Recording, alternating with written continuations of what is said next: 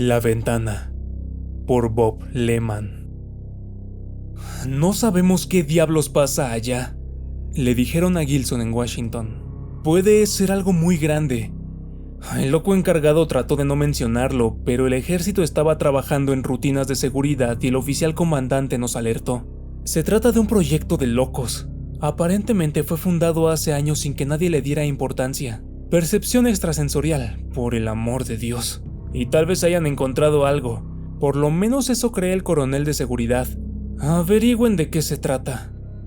El loco encargado era un arrugado profesor de psicología llamado Kranz. Él y el coronel recibieron a Gilson en el aeropuerto. Se dirigieron directamente a un sitio en un sedán del ejército. El coronel empezó a hablar de inmediato. «Usted tiene algo muy raro aquí, Gilson», le dijo. «Jamás he visto cosa igual. Ni nadie más tampoco. Incluso Kranz está tan desorientado como todos los demás. Nosotros solo somos de seguridad, aunque hasta ahora no se han necesitado medidas al respecto. Ni siquiera ha habido necesidad de mantenerlo en secreto, a no ser para evitar las risas públicas. Nuestras disposiciones son... Dr. Kranz», dijo Gilson, «sería bueno que me diera usted un informe general de la situación. Por ahora no tengo ninguno». Kranz encendió un puro, soltó una fétida nube de humo y dijo: «Hemos perdido un edificio prefabricado, una computadora Povec, algún instrumental médico y un investigador llamado Culvergast». «¿Qué quiere decir con hemos perdido?», preguntó Gilson. «Desaparecieron, no están. Todo un edificio y lo que estaba dentro de él ya no está allí, pero tenemos algo a cambio». «¿Qué cosa?». «Espere y véala por usted mismo», dijo Kranz. «Llegaremos en unos minutos». Dejaban atrás el área metropolitana y comenzaban a ver una serie de pueblitos aledaños en decadencia. La carretera serpenteaba sobre el valle a lo largo del río, donde estaban enclavados los pueblitos, ninguno de los cuales tenía más de 2 cuadras de largo o ancho, con calles laterales subiendo empinadas cuestas hacia el primer risco. En una de estas comunidades moribundas se alejaron de la carretera y comenzaron a rodear un camino empedrado cuya superficie cambió a escoria cuando las casas se perdieron de vista. Más allá de la cima del escarpado, aquel camino empezó a descender tan abruptamente como había ascendido, y después de un cuarto de milla, dieron vuelta a una vereda cuya entrada hubiera pasado inadvertida por alguien sin interés de encontrarla. Ahora se encontraban en un bosque. Ya había sido podado, pero hacía tanto tiempo de ello que daba la impresión de ser virgen, alto, silencioso y algo sombrío en ese día gris. «Bueno», dijo Gilson, «¿cómo puede un proyecto como este llevarse a cabo en un lugar tan lejano?». «El lugar estaba disponible», dijo el coronel. «Lo ha estado desde la Segunda Guerra Mundial. Fue utilizado para ciertos trabajos y lo cerraron en 1948. Quedó vacío hasta que el profesor lo ocupó». «Culvergast es un poco excéntrico», dijo Kranz. «No aceptaba trabajar en la universidad. Decía que había demasiada gente ahí. Cuando oí que este sitio se encontraba disponible, lo solicité y lo conseguí, junto con el coronel». «Es un perfecto lunático», dijo el coronel, «y sus pequeños ayudantes aún más». «Bien, ¿qué diablos estaba haciendo?», preguntó Gilson. Antes de que Kranz pudiera contestar, el chofer frenó ante una reja frente a la vereda. Tenía una pesada cadena y estaba vigilada por soldados armados. Uno de ellos, con una metralleta en la mano, se asomó al vehículo. «¿Todo bien, señor?», preguntó. «Todo bien, con waffles, sargento», dijo el coronel. Era sin duda una contraseña. El guardián abrió el candado enorme que aseguraba la cadena. «Bastante primitivo», dijo el coronel mientras pasaban la reja dando tumbos. «Pero servirá mientras lo acondicionamos. Teníamos hombres con perros patrullando la barda». Miró a Gilson. «Casi llegamos. A ver qué les parece». Era una casa. Se encontraba en el centro de un claro lleno de sol, blanca, brillante e incongruente. A su alrededor se erguía el sombrío bosque bajo un cielo nublado, mas por alguna razón inexplicable, había luz solar sobre la casa, reflejado en sus bruñidas ventanas. El colorido de las flores vivo y resplandeciente. Sus paredes proyectaban su blancura contra el gris de los alrededores. Era un área iluminada, rodeada de edificios abandonados. «No pudo haber escogido mejor ocasión», dijo el coronel. «Soleado allá, nublado aquí». Gilson no escuchaba. Se había bajado del auto y miraba fascinado. «¡Por Dios!», exclamó. Parece una maldita postal victoriana. La mansión de madera estaba tallada con diseños como encaje. El pronunciado techo con sus aleros trepaba hacia torres y torrecillas. Altos ventanales denunciaban numerosas y amplias habitaciones. Parecía ser nueva, o cuando menos acabada de pintar, y extremadamente bien cuidada. Un sendero de fina gravilla blanca conducía hasta una gran puerta para carruajes. ¿Qué le parece? ¿Algo como la casa de su abuelo?, dijo el coronel. Y en realidad así era, como la casa del abuelo, agrandada, perfeccionada y vista a través de un lente de romántica nostalgia. ¿Y esto obtuvo a cambio de una casa prefabricada?, preguntó. Como aquella, dijo el coronel, al señalar a una deteriorada construcción. Podríamos usar la prefabricada, desde luego. ¿Qué quiere decir con eso? Ponga atención, dijo el coronel. Tomó una pequeña piedra y la arrojó hacia la casa. La piedra se elevó, llegó hasta su mayor grado de elevación y empezó a descender. De pronto ya no estaba ahí. A ver, dijo Gilson, ahora me toca a mí. Arrojó la piedra como si fuera una bola de béisbol, alta y con fuerza. Desapareció como a unos 15 metros de la casa. Mientras observaba el punto de desaparición, Gilson se percató del verde prado, el cual terminaba justamente debajo. Allí nacía el suelo rocoso y enramado del claro. La línea de separación era perfecta y rectilínea. Corría en ángulo sobre los prados. Junto a la carretera hacía un giro de 90 grados y cortaba pedazos de prado, de carretera y de matorrales con la misma y precisa rectitud. Eso es rectangular, dijo Krantz. Como de 30 metros por lado. Probablemente un cubo. Sabemos que tiene como 27 metros de altura y tal vez unos 3 metros bajo la superficie. ¿Eso?, preguntó Gilson. ¿Qué quiere decir con eso? Llámelo como quiera. Una televisión tridimensional, un receptor de 30 metros cuadrados, tal vez, una pelota cúbica de cristal, respondió Krantz. Nuestras rocas no chocaron contra la casa. ¿A dónde se irían? Es una buena pregunta. El contestarla aclararía todas nuestras dudas. Gilson tomó una bocanada de aire. Muy bien, ya lo vi. Ahora cuénteme todo desde el principio. Krantz mantuvo silencio por un momento. De pronto, con voz seca dijo: Hace 5 días, el 13 de junio a las 11:30 am, tal vez 3 minutos antes o después, el guardián del puente, Ellis Mulvihill, escuchó una explosión callada.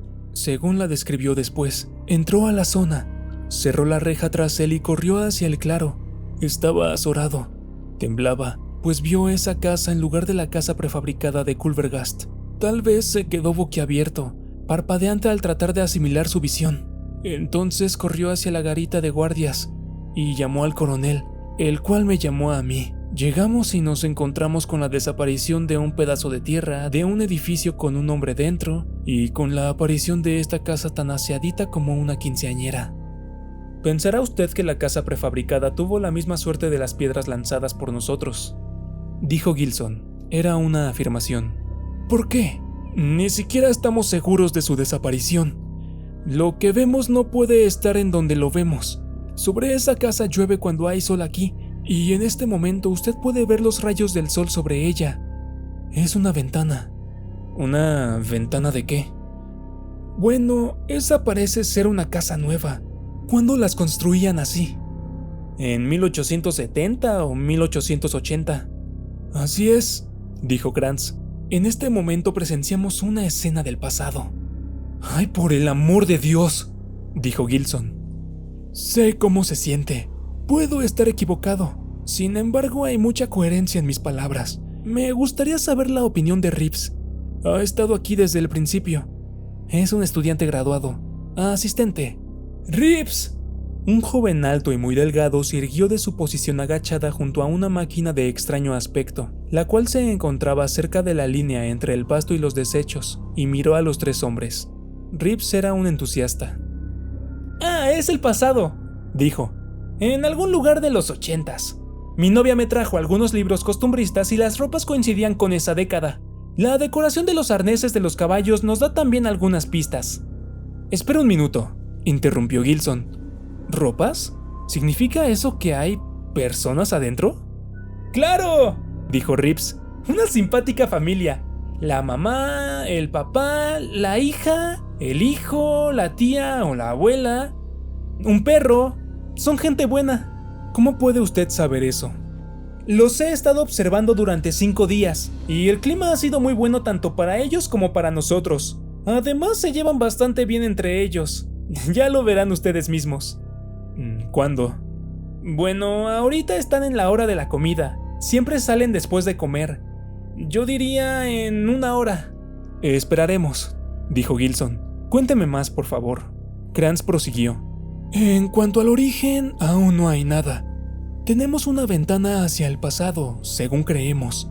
Podemos ver a través de ella, y lo sabemos por la luz, pero esta solo pasa en una dirección. Así lo evidencia el hecho de que nosotros podemos ver a esas personas sin ser vistos.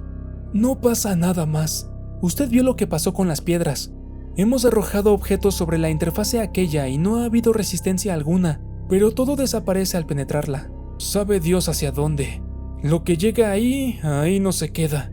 Es fascinante, pero sea lo que sea, no está donde se ubica la casa. Esa interfase no está entre nosotros y el pasado. Está entre nosotros y algún otro lugar. Tal vez esa ventana sea producto de un efecto incidental, alguna desviación del tiempo resultante de las tensiones resistentes a lo largo de esa interfase. Gilson suspiró. Krantz, ¿qué voy a decirle al secretario? Presenciamos el suceso más grande del siglo y lo hemos callado durante 5 días. No sabríamos nada al respecto de no haber sido por el reporte del coronel. Hemos desperdiciado 5 días. ¿Quién sabe cuánto durará esto? La maldita agrupación científica debió haber estado aquí desde el primer día. Esto requiere de total atención. A estas alturas, el lugar debería ser un panal de abejas. ¿Y qué es lo que encuentro? A usted y a un estudiante graduado, aventando piedras y probando con estacas. Y a una muchacha con sus libros de fechas y costumbres. ¡Esto es criminal! Krantz no se veía abatido. Pensé que diría eso, pero escuche mi punto de vista. Le guste o no, esta cosa no es producto ni de la tecnología ni de la ciencia. Fue pura psique.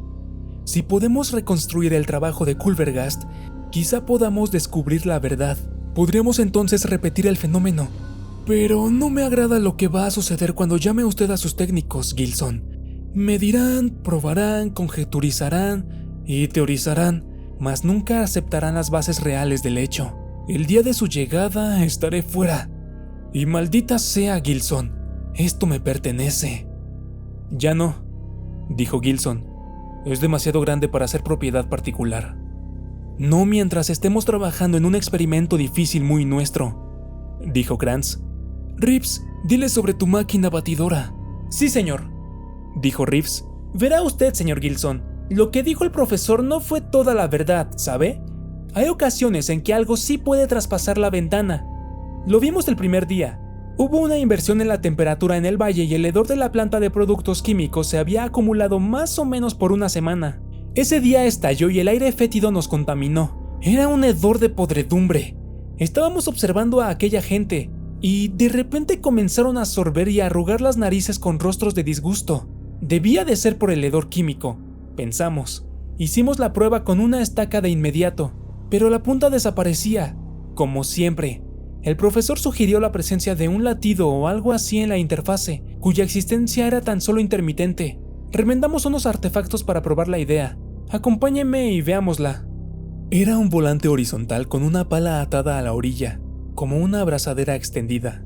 Cuando el volante giraba, la pala rodeaba una mesa. Había una tolva arriba y en intervalos algo caía de la tolva hacia la mesa y la pala lo despedía de inmediato por los aires. Gilson se asomó dentro de la tolva y arqueó las cejas. «Cubos de hielo», dijo Reeves, «pintados de anaranjado para verlos mejor. Esa cosa dispara un cubo de hielo hacia la interfase cada segundo. Alguien se encarga del cronómetro. Cada 15 horas con 20 minutos la cosa se abre durante 5 segundos. 5 cubos de hielo atraviesan y caen sobre el césped interior. El resto del tiempo se desvanece en la interfase». ¿Cubos de hielo? ¿Por qué? Se derriten y desaparecen. No podemos llevar el pasado con artefactos del presente. Solo Dios sabe cuáles serían los efectos. Además, son baratos y arrojamos una gran cantidad de ellos. La ciencia, dijo Gilson pesadamente, no puede esperar a escuchar los comentarios que van a suscitarse en Washington. Búrlese a gusto, dijo Krantz. La casa está allí, como la interfase. Nos encontramos frente a una maraña del tiempo, y Culvergast el loco lo logró, y no un físico o un ingeniero. Ahora que lo menciona, ¿qué diablos intentaba Culvergast? Buena pregunta. Trataba de descubrir hechizos. ¿Hechizos? Sí, de los cuales somos víctimas. Palabras mágicas. No se disguste aún. En cierta forma tiene sentido. Somos capaces de entender la telequinesis, la manipulación de la materia con la mente. Es obvio que la telequinesis, si pudiera ser aplicada con precisión, sería un arma maravillosa. La hipótesis de Culvergast se basa en la existencia de personas que hacen proezas con la telequinesis y, aunque nunca parecen saber explicar cómo lo logran, sí llevan a cabo una específica acción mental que les permite conectarse con cierta fuente de energía que aparentemente existe a nuestro alrededor, y hasta cierto grado enfocar y dirigir tal energía. Culvergast se propuso a descubrir el factor común de ese proceso mental. Muchos telequinistas pasaron por aquí y reportó haber encontrado un patrón, una especie de dispositivo mnemotécnico con un funcionamiento en el fondo o por debajo del nivel verbal. En algunas de las personas lo encontró como una colección de notas musicales, en otras como sonidos intangibles y en uno en especial como matemáticas en el nivel primario de la aritmética. Todo esto volcaba a la computadora. Trataba de eliminar los ruidos simples y la idiosincrasia personal de los sujetos. Trataba de dejar al desnudo la esencia verdadera y efectiva. Luego se propuso organizar esta esencia a la palabra. Palabras que al formar de tal modo los cornetes mentales del locutor en el estándar del idioma norteamericano, lograrían canalizar y manipular la energía telequinética a voluntad del locutor. Palabras mágicas, podríamos decir. Hechizos. Evidentemente había logrado más de lo que yo pensaba. Creo que llegó a unas palabras, hizo la prueba con ellas e intentó la telequinesis, en un grado pequeño y elemental, como hacer que un cenicero se elevara de su escritorio y volara por los aires.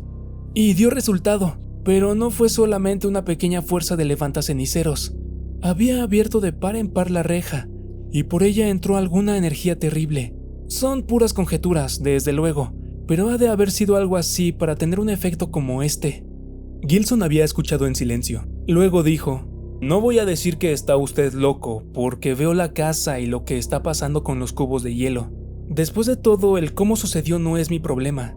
Mi problema estriba en lo que voy a recomendar al secretario para encontrarle solución a todo esto. Una cosa es segura, Kranz. Esto no será tu privacidad dentro de poco. Reeves exhaló un chillido de dolor.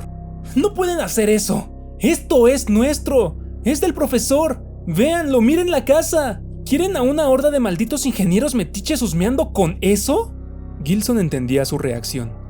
La casa estaba ahora bañada de luz crepuscular. Parecía brillar interiormente con un profundo y rosáceo rubor. Pero, reflexionó Gilson, el crepúsculo no era realmente necesario.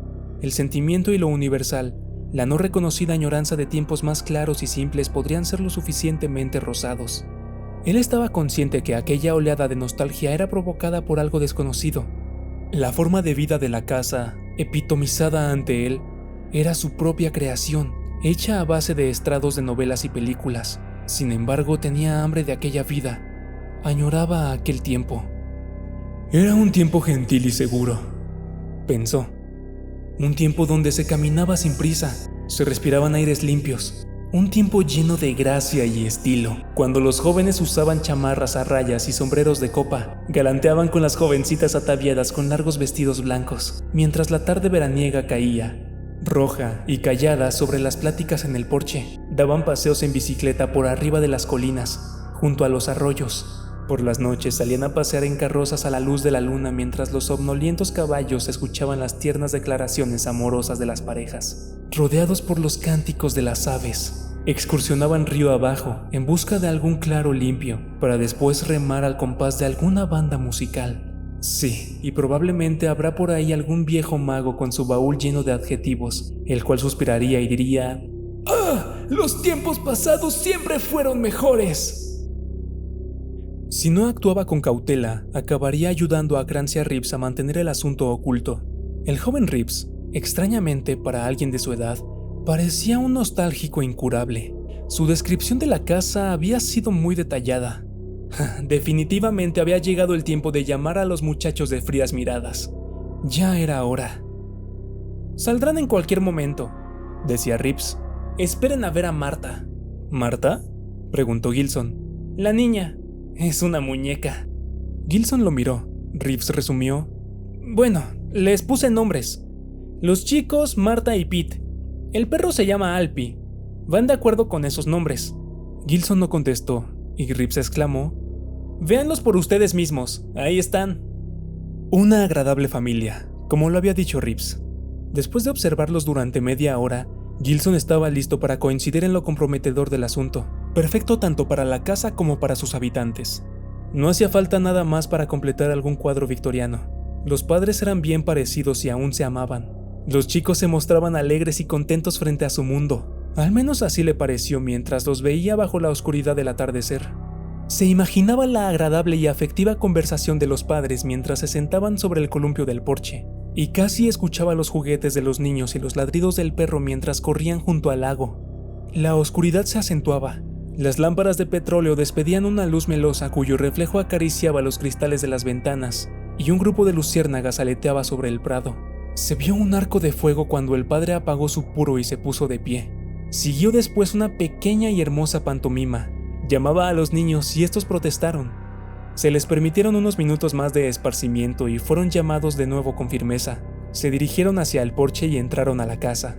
El perro se había retrasado un poco para regar un matorral y de inmediato se les unió. Luego entraron el padre y la madre. La puerta se cerró y tan solo quedaba el reflejo de la luz en las ventanas. Reeves exhaló extasiado. ¡Ah, qué hermoso! Eso es vivir. Si una persona pudiera mandar al diablo todo esto y regresar a aquellos tiempos... Y Marta, ¿la vieron? Es un ángel. Daría cualquier cosa por... ¿Cuándo aparecerá la próxima ronda de cubos de hielo? Gilson lo interrumpió. Sí, veamos... La última penetración fue a las 3:15, poco antes de su llegada. La siguiente será a las 6:35 am si el patrón se mantiene. Y debe mantenerse. Quiero ver eso. Pero en estos momentos debo hacer algunos llamados telefónicos, coronel. Gilson no durmió esa noche, tampoco Krantz, ni Reeves aparentemente. Cuando llegó al claro a las 5 am, ahí estaban ellos, sin rasurar, y con los ojos rojos, bebían café en sus termos. Se había nublado de nuevo el cielo, y el claro estaba totalmente oscuro excepto por una pálida luz más allá de la interfase, en donde estaba a punto de emerger un día soleado. ¿Alguna novedad?, preguntó Gilson. Eso mismo me pregunto yo, dijo Krantz. ¿Qué nos va a suceder? Más o menos lo que usted esperaba, me temo. Esta tarde el lugar va a parecer un avispero de verdad. Mañana en la noche tendremos suerte si logramos encontrar un lugar en donde pararnos. Bannon ha estado pegado al teléfono desde mi llamada, convocando científicos, y estos a su vez con los técnicos quienes traerán las máquinas. El ejército se encarga de la seguridad. ¿Puedo robarles un poco de café? Tómelo. Usted trae malas noticias. Lo siento, dijo Gilson, pero así es. ¡Maldición, maldición!, gritó Reeves, a punto de romper en llanto. ¿Sabe que esto será el fin para mí? ¡No me permitirán entrar! No soy más que un maldito estudiante de psicología nada más. No me dejarán entrar ni acercarme al lugar. ¡Maldita sea! Miró a Gilson con desesperación. El sol había salido. Su luz caía gris sobre el claro, pero brillante sobre la casa a través de la interfase. Solo se escuchaba el ajetreo de la máquina de hielo. Los tres hombres miraban en silencio la casa. Gilson bebió su café. ¡Ahí está Marta!, dijo Reeves. ¡Arriba! El pequeño rostro apareció entre las cortinas de la ventana del segundo piso, y unos brillantes ojos azules saludaban a la mañana. Hace eso todos los días, siguió diciendo Reeves. Se sienta allí y observa a las aves y a las ardillas mientras la llaman para desayunar. La miraban, y ella observaba algo más allá del ventanal. Y ese algo estaría a la saga de los tres hombres si su mundo hubiese sido el mismo. Gilson casi voltea para ver de qué se trataba. Reeves aparentemente sintió el mismo impulso. ¿Qué cree usted que estará viendo? No necesariamente el bosque, pues es posterior a su época. Tal vez alguna pradera o algún ganado. Caray, me gustaría estar en esa ventana y descubrirlo. Krantz miró su reloj y dijo: será mejor que vayamos allá. Faltan tan solo unos minutos. Se dirigieron hacia donde la monótona máquina arrojaba cubos de hielo dentro de la interfase. Un soldado, cronómetro en mano, estaba sentado detrás del aparato. Anotaba cualquier cosa fuera de lo normal en su lista. Faltan 2 minutos, Dr. Krantz, dijo. Krantz le comentó a Gilson: no pierda de vista los hielos. No puede perdérselo. Gilson miraba la máquina y le divertía el ritmo de aquellos sonidos caseros. Plop, el goteo de los cubos. Wish, la pala giraba. Poc, la pala chocaba contra los cubos de hielo. De pronto una trayectoria recta hacia el interior de la interfase, en donde el pequeño y anaranjado proyectil desaparecía abruptamente. Un segundo después, otro más. 5 segundos, dijo el soldado. 5, 4, 3, 2, 1, ¡ahora! Su conteo falló por un segundo. El cubo de hielo desapareció como sus predecesores, pero el siguiente continuó su vuelo y cayó sobre el prado. Refulgía. Entonces, es un hecho, pensó Gilson. Los cubos de hielo viajan a través del tiempo. De pronto, a sus espaldas, se escuchó un incomprensible grito tanto de Krantz como de Reeves, después un fuerte, claro y angustioso ¡Reeves, no! Gilson escuchó el estampido de pies encarrerados y atrapó de reojo un rápido movimiento en el borde de su visión. Se dio vuelta para ver la figura desgarbada de Reeves volar a su lado, arrojarse a través de la interfase y aterrizar cuán largo era sobre el césped. ¡Tonto!, dijo Krantz con violencia. Un cubo de hielo salió disparado para caer junto a Reeves. La máquina volvió a batear. Un cubo voló y desapareció. Los 5 segundos accesibles habían llegado a su fin. Reeves alzó la cabeza y se quedó un momento contemplando el pasto bajo él. Viró su mirada hacia la casa, se puso lentamente de pie, con una expresión divertida. Una sonrisa empezó a dibujarse en su rostro, y los hombres que miraban todo desde el lado opuesto casi podían leer sus pensamientos. Bueno, que me condene. ¿Lo logré? Aquí me tienen. Krantz balbuceaba sin control. Aún estamos aquí. Gilson, aún estamos. Aún existimos. Todo es igual al parecer. Tal vez él no cambió del todo las cosas. Tal vez el futuro está arreglado y él no cambió nada en realidad. Yo me temí algo así. Desde tu llegada, él ha estado... Gilson no lo escuchó. Miraba azorado e incrédulo a la chiquilla en la ventana. Trataba de comprender y no creía lo que veía. El comportamiento de la niña era equivocado, muy equivocado. Un hombre se había materializado en su prado de pronto, de la nada, una soleada mañana, y ella no había mostrado ni sorpresa ni temor. Había sonreído espontáneamente. Su sonrisa se agrandaba más y más, y daba la impresión de querer partir su rostro en 2 partes. Su sonrisa mostraba demasiados dientes. Una sonrisa fija, incongruente y terrible bajo aquellos brillantes ojos azules. A Gilson se le revolvió el estómago. Comprendió su pavor.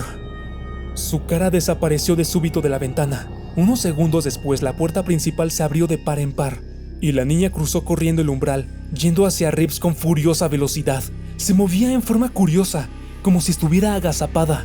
Cuando se encontraba a unos cuantos metros de Reeves, dio un salto que tenía la agilidad y sorprendente rapidez de una pulga. Los ojos de Reeves apenas habían empezado a mostrar asombro cuando los poderosos dientecillos le desgarraron el cuello. Ella lo soltó y retrocedió de un salto. Un brillante geyser de sangre brotó de su cuello. Se quedó estupefacto un instante que pareció eterno, y luego se cubrió la herida con las manos. La sangre le escurría por entre los dedos y brazos. Sus rodillas se doblaron lentamente hasta llegar al suelo, despacio y sin ninguna violencia, mientras que sus ojos, desorbitados por el asombro, no se apartaban de la niña. Ella lo miraba con la frialdad de los reptiles. La terrible sonrisa aquella aún prevalecía. Estaba desnuda, y a Gilson le pareció que en su torso y en su boca había algo fuera de lo normal. La niña se volteó y gritó hacia la casa. En un instante aparecieron todos: el padre, la madre, el hermanito y la abuela, todos desnudos. Sus bocas comenzaron a deformarse. Sin pararse y sin disminuir la velocidad, rodearon el cuerpo, se agazaparon sobre él y, frenéticamente, desgarraron las ropas. Allí sobre el prado, bajo aquel sol matutino, la pequeña, encantadora y ejemplar familia comenzó a devorar. El balbuceo de Krantz se tornó en pavor. ¡Santa María, Madre de Dios, ruega por nosotros! El soldado del cronómetro vomitó ruidosamente. Alguien vació una metralleta sobre la interfase y el coronel maldijo con furia. Cuando Gilson ya no soportó más el repugnante banquete, se volteó y encaró al perro, sentado alegremente en el porche. Meneaba la cola. ¡Por Dios, esto no puede ser cierto! exclamó Kranz. «Cosas así no pudieron pasar inadvertidas. Estarían en los noticieros, en los libros, en la radio. Dios mío, ¿cómo pudo existir gente así? Algo así no habría podido ser olvidado». «No hable como idiota», le dijo Gilson, enojado. «Eso no es el pasado. Ignoro qué es, pero no es el pasado. No puede serlo. Es... no sé, algún otro lugar, otra dimensión, otro universo. Una de esas teorías. Mundos alternativos, mundos de probabilidad o como los llamen. Sí, esas criaturas asquerosas del otro lado están en el presente. El maldito hechizo de Culvergast tocó uno de esos mundos paralelos. Tiene que ser algo así. Por Dios, ¿qué diablo encerraría su teoría para producir eso? No son humanos, Kranz. No del todo, aunque lo parezcan. Paseos en bicicleta. ¿Qué tan equivocado puede uno estar? Por fin, el banquete terminó. La familia descansaba sobre el prado con los vientres hinchados, cubiertos de sangre y grasa, sus párpados casi cerrados por la satisfacción y el gozo. Los dos pequeños se quedaron dormidos. El inmenso macho se encontraba pensativo. Se levantó, reunió las ropas de Reeves y las examinó cuidadosamente. Despertó a la más pequeña de las hembras y al parecer le preguntó algo pausadamente. Ella gesticuló, señaló e imitó la súbita aparición de Reeves. Él miró el lugar donde Reeves se había materializado y Gilson, durante un momento, vio la despiadada mirada en aquellos ojos posarse sobre los suyos. El hombre se volteó y, todavía pensativo, entró en la casa. El claro se encontraba silencioso de no ser por el ruido de la máquina. Kranz comenzó a llorar y el coronel a proferir monótonas maldiciones. Los soldados se veían azorados. «Todos estamos aterrados», pensó Gilson. Sobre el césped, el resto de la familia parodiaba la culminación de aquel día de campo. Los pequeños trajeron una canasta. Bajo la meticulosa supervisión de las mujeres adultas, comenzaron a guardar las sobras del festín. Uno de ellos lanzó un hueso al perro, y el soldado del cronómetro vomitó de nuevo. Cuando el prado quedó otra vez inmaculado, condujeron la canasta hasta el fondo, y los adultos regresaron a la casa. Un momento después, emergió el macho, ataviado con un traje de lino blanco. Llevaba un libro entre las manos. «Es una Biblia», dijo Kranz atónito. «¡Es una Biblia!». «No es una Biblia, es imposible. Esas cosas no pueden tener Biblias. Es otra cosa. Tiene que ser otra cosa». Parecía una Biblia. Estaba forrado con piel negra, y cuando el macho comenzó a hojearla, en busca de un pasaje determinado, ellos vieron la similitud entre las hojas de aquel libro con las de una Biblia. Encontró la página deseada y comenzó a leer en voz alta, como si declamara. Emitía cuidadosamente las palabras. «¿Qué diablos intentará hacer?», preguntó Gilson. No había terminado de hablar cuando la ventana desapareció. La casa, el prado y el trajeado declamador desaparecieron también. Gilson vio de reojo unos árboles al otro extremo de una profunda cima. Una violenta ráfaga lo hizo caer. Polvo y basura chillaban en las alturas. El viento cesó de momento, como había aparecido, y una serie de objetos comenzó a estrellarse contra el suelo. El área de la casa se había oscurecido por completo bajo una nube de polvo. El polvo se asentó lentamente. En donde había estado la ventana, se encontraba ahora un gigantesco agujero sobre el piso, perfectamente cuadrado, como de 30 metros de largo y 3 de profundidad, su fondo plano como el de una mesa. Gilson lo miró antes de que el viento llenara el vacío, el cual mostraba ahora los lados, tersos y rectos como un queso partido con un filoso cuchillo, pero ahora comenzaban a aparecer unas pequeñas laderas alrededor. Era para perder la razón. Era de dudarse la coordinación coherente del psique del agujero, y los bordes comenzaban a perder uniformidad. Gilson y Kranz se levantaron lentamente. «Y eso parece ser todo», dijo Gilson. «Aquí estaba y ahora ya no está. ¿Dónde está la casa prefabricada? ¿Dónde está Culvergast?». «Solo Dios sabe», dijo Kranz, y no lo decía con intención irreverente. «Ya no volverá jamás, supongo. Cuando menos no está donde estas cosas están». «¿Qué cree usted que eran?». «Como usted lo dijo, desde luego no humanos, o cuando menos no tanto como lo podrían ser una araña o una ostra. Sin embargo, su apariencia, su forma de vestir, la casa... Si existe un número infinito de mundos posibles, entonces cada tipo de mundo existirá». Kranz se veía confuso. «Sí, tal vez. Nosotros no sabemos nada». Calló un instante. Gilson, esas cosas eran aterradoras. Ella atacó a Reeves en menos de una fracción de segundo. Supo al instante que era algo desconocido, por eso lo destruyó. Y tan solo era una criatura pequeña. Debemos sentirnos seguros ahora que la ventana no está. Bendito sea Dios, ¿qué le habrá sucedido a la ventana? Es obvio, ellos saben cómo utilizar las energías descubiertas por Culvergast. El libro tiene que ser de hechizos. Deben tener una ciencia al respecto, intentos y cosas verdaderas. Es parte de su sabiduría. Esa cosa usaba el libro como una herramienta rutinaria. Después de haber satisfecho su hambre, no necesitó más que unos 20 minutos para darse cuenta cómo llegó ahí Reeves y qué hacer al respecto. Tomó su libro de hechizos, escogió el que necesitaba. Me gustaría ver el índice de ese libro. Y pronunció las palabras mágicas. ¡Puf! Desapareció la ventana y Culvergast, perdido solo Dios sabe dónde. Es posible, me imagino. Diablos, quizá hasta probable. Tiene razón, en realidad no sabemos nada sobre esto. De pronto, Krantz se vio asustado. Gilson, ¿y si...? Mire, si le resultó tan fácil cancelar la ventana, si posee este tipo de control telequinético, ¿qué le impedirá usar una ventana que dé a nosotros? Tal vez nos estén observando en este momento, como lo hicimos nosotros con ellos. Saben que estamos aquí ahora. ¿Qué se les podría ocurrir? Quizás necesiten carne, quizás ellos... ¡Dios mío! No, dijo Gilson. Imposible. La casualidad puso la ventana en ese mundo. Culvergast no tenía idea de sus actos, como algún chimpancé frente a una computadora. Si la teoría de la posibilidad de mundos explicara esto, entonces aquel mundo era uno entre miles. Aunque aquellas cosas vivientes supieran cómo hacer estas ventanas, las posibilidades de encontrarnos son muy remotas. En una palabra, imposible. Sí, claro, dijo Krantz con agradecimiento. Claro, podrán intentarlo, sin dar con nosotros jamás, e incluso si se lo propusieran. Pensó un momento. Y tal vez eso deseen. Fue puro reflejo cuando destruyeron a Reeves, tan involuntario como una reacción de rodilla. Ahora saben que estamos aquí e intentarán regresar. Si les he tomado bien la medida, no podrán hacer nada más. Gilson recordó los ojos. No me sorprendería nada, pero ahora los dos debemos... ¡Dr. Krantz! Alguien gritó. ¡Dr. Krantz! Había un terror absoluto en la voz. Los dos hombres se dieron la vuelta.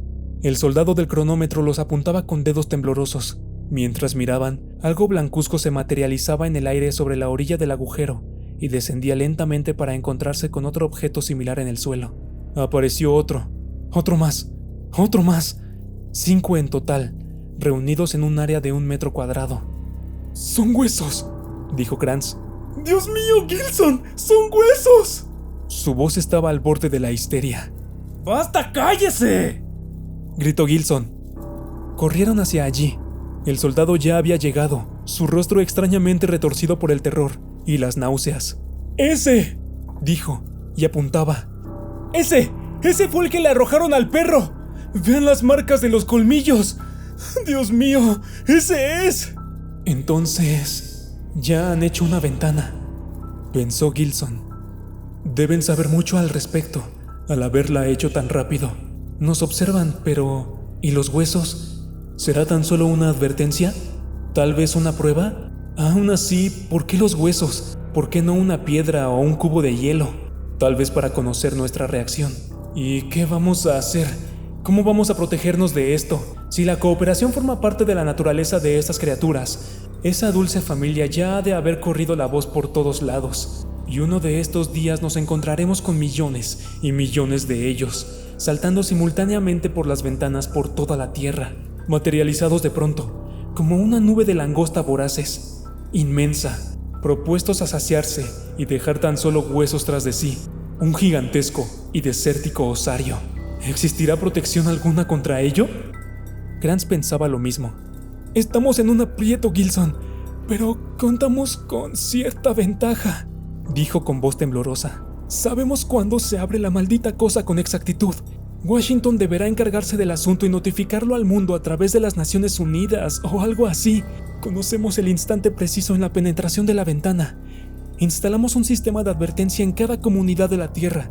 Y cuando llegue el momento, un sonar de campanas o silbatos nos indicará el lugar y todos estaremos prestos a combatir. Si la cosa no ha salido en los siguientes 5 segundos, las campanas tocarán de nuevo y todos regresarán a sus labores, en espera del siguiente caso. Podría funcionar, Gilson. Debemos trabajar rápido.